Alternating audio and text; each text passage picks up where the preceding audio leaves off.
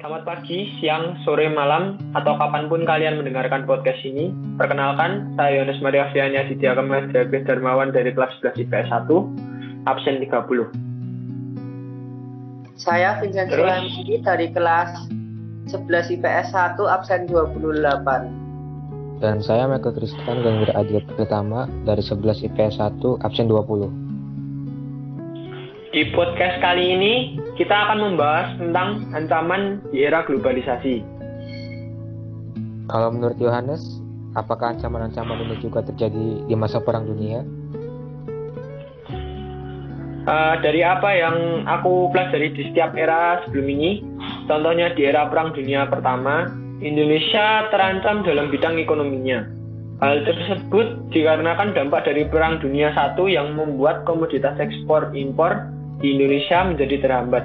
Selain itu, anggaran belanja untuk kesejahteraan rakyat juga dipangkas oleh Belanda yang membuat harga barang naik dan kesejahteraan rakyat Indonesia merosot.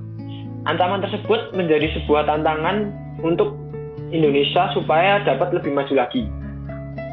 Oh, jadi begitu. Terus kalau menurutmu gimana sih ancaman di masa globalisasi? Kalau soal itu sih, gimana kalau kita tanya Titi aja? Dia kan anaknya update banget. Benar juga ya. Gimana Ti? Kamu tahu nggak? Kalau masalah ancaman zaman globalisasi ini banyak sekali seperti ancaman dari pasar bebas. Mengapa kok itu bisa disebut ancaman sih? Kan malahan memberi kita peluang usaha internasional. Memang benar kalau pasar bebas memiliki dampak positif, tapi di lain sisi juga memiliki dampak negatif. Contohnya, produk dalam negeri bisa kalah bersaing dengan produk luar. Hal tersebut akan mengancam perekonomian penjualan dalam negeri. Terus dengan masuknya fashion dari luar negeri membuat busana lokal menjadi terlupakan. Ancaman globalisasi dalam persaingan global membuat negara yang belum siap mengalami persaingan global akan mengalami ancaman yang lebih serius dari serangan produk lain. Benar juga apa katamu? Tantangan itu semua juga membuat semua masyarakat menjadi bersatu untuk mengatasinya. Selain para rakyat yang berjuang, gereja pun ikut juga membantu mengatasi masalah tersebut. Mulai dari gereja membantu mengatasi dampak negatif dari pasar bebas, yaitu dengan cara pendidikan kepada rakyat. Anak-anak yang tidak dapat bersekolah dibantu oleh gereja supaya mereka mendapat pendidikan yang layak. Lalu apa hubungannya dengan mengatasi ancaman pasar bebas?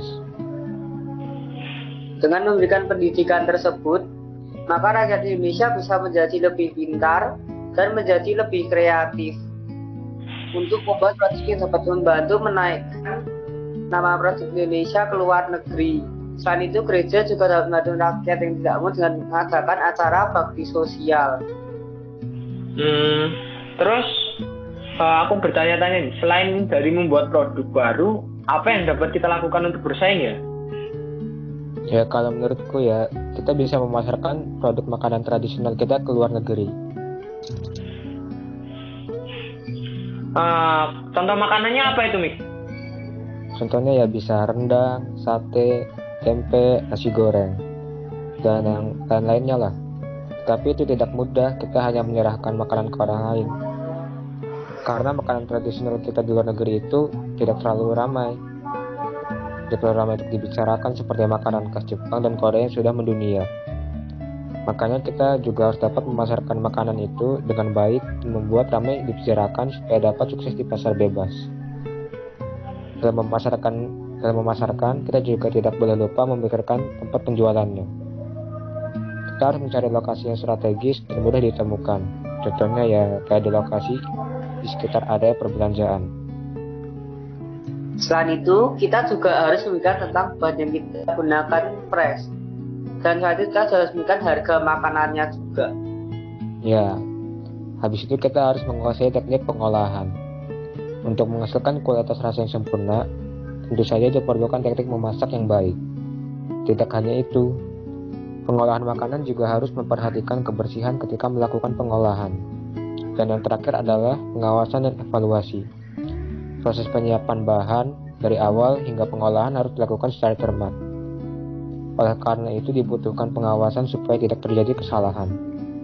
Lalu jika semua aspek sudah terencanakan, kita tinggal memikirkan strategi promosi kita. Nah, aku kepikiran nih saran buat promosi makanan di luar negeri. Promosi yang aku lakukan ini adalah melalui iklan. Kalau cuma iklan biasa mana bisa menarik minat orang luar, yuk? Nah, ini sih bukan sembarang iklan, Ti. Kita akan menggunakan iklan dengan bahasa Jawa. Aku melihat orang luar itu banyak sekali yang tertarik dengan bahasa baru. Dari hal itu, kita bisa membuat bahasa Jawa menjadi tulisan di iklan makanan kita yang akan membuat banyak orang tertarik. Bukan hanya dengan bahasa Jawa, aku juga memikirkan untuk membuat iklan dengan aksara Jawa. Itu akan terdengar menarik dan juga bagus. Kita juga sekalian memperlihatkan bahasa tradisional kita ke mancanegara. Wah, ide bagus itu, yuk. Dengan gitu kita bisa mengatasi semua ancaman di bidang ekonomi dengan menjual makanan khas daerah kita. Oh iya, ngomong-ngomong soal iklan, kemarin aku melihat iklan rumah yang bangunannya aneh deh. Oh, mungkin aja itu rumah bergaya Eropa, yo. Coba kamu ingat ke ciri-cirinya. Kalau nggak salah, langit-langit rumahnya itu berbentuk busur meruncing. Terus aku lihat jendelanya itu bentuknya kayak bunga gitu. Itu namanya rumah bergaya gotik, yo. Hah? Rumah Saskia Gotik? Bukan Saskia Gotik, Mas, tapi rumah bergaya gotik. Rumah ini salah satu dampak pengaruh globalisasi di negara kita. Rumah ini biasanya dibangun di dataran tinggi. Rumah ini memiliki struktur bangunan yang tinggi, struktur atap flying buttress, langit-langit berbentuk busur meruncing, ukuran diameter kolam yang sangat besar, buka-bukaan yang lebar, adanya jendela bunga, kaca patri, dan diwarnai ornamen religius. Rumah ini dulu didesain pada era 1700-an yang sekarang sudah didesain ulang karena banyak ruangan yang sudah tidak diperlukan di era sekarang. Misalnya pada ruang makan diberi ruang untuk dibuat sebuah bar supaya terlihat modern.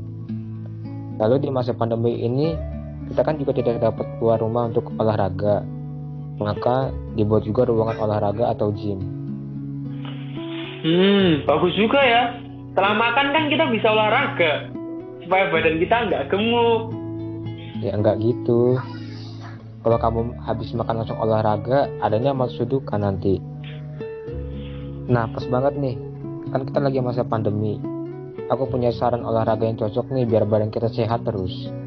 Apa itu, Mik? Kasih tahu ke aku biar aku olahraga daripada cuma tiduran di kasur mulu. Ya Mik, sama Mik. Aku juga mau tahu. Aku juga sering banget tidur di kasur masa pandemi ini. Wah, itu nggak boleh dibiasain itu. Jadi kalau mau olahraga di rumah, kita bisa melakukan olahraga aerobik atau anaerobik. Aerobik itu olahraga apa sih, Mik? Olahraga aerobik adalah olahraga yang memerlukan banyak oksigen dan melibatkan otot-otot besar dengan intensitas yang rendah. Contohnya itu jalan santai, jogging, bersepeda, yoga, dan senam aerobik. Namun di masa pandemi ini kita lebih baik melakukan yoga dan senam aerobik supaya tidak perlu keluar rumah. Nah, kalau kita tidak tahu gerakannya, kita tinggal cari video di internet atau YouTube dan mengikuti gerakannya. Olahraga aerobik ini bermanfaat meningkatkan fungsi sistem kardiovaskular, yaitu jantung, paru-paru, dan sirkulasi. Sedangkan olahraga anaerobik adalah olahraga yang intensitasnya tinggi dan melatih otot-otot tertentu saja. Contohnya itu pull up, sit up, push up, skipping, sprint, dan angkat beban. Kalau kita tidak punya alat olahraga, kita dapat memilih push up, sit up, dan sprint. Aduh, perutku sakit banget nih. Kita udahan dulu yuk. Ya gimana sih, Yo? Masa kamu udahan? Ya mau gimana lagi, kebelet banget nih. Aku juga habis ini ada urusan. Ya udah, saya terima kasih untuk para pendengar sudah mendengarkan kami di podcast kali ini. Kami mohon maaf kalau ada kesalahan kata. Lama sih kamu, Ti. Udah, langsung aja. Sampai jumpa di podcast kami selanjutnya ya, teman-teman. Dadah. Makasih.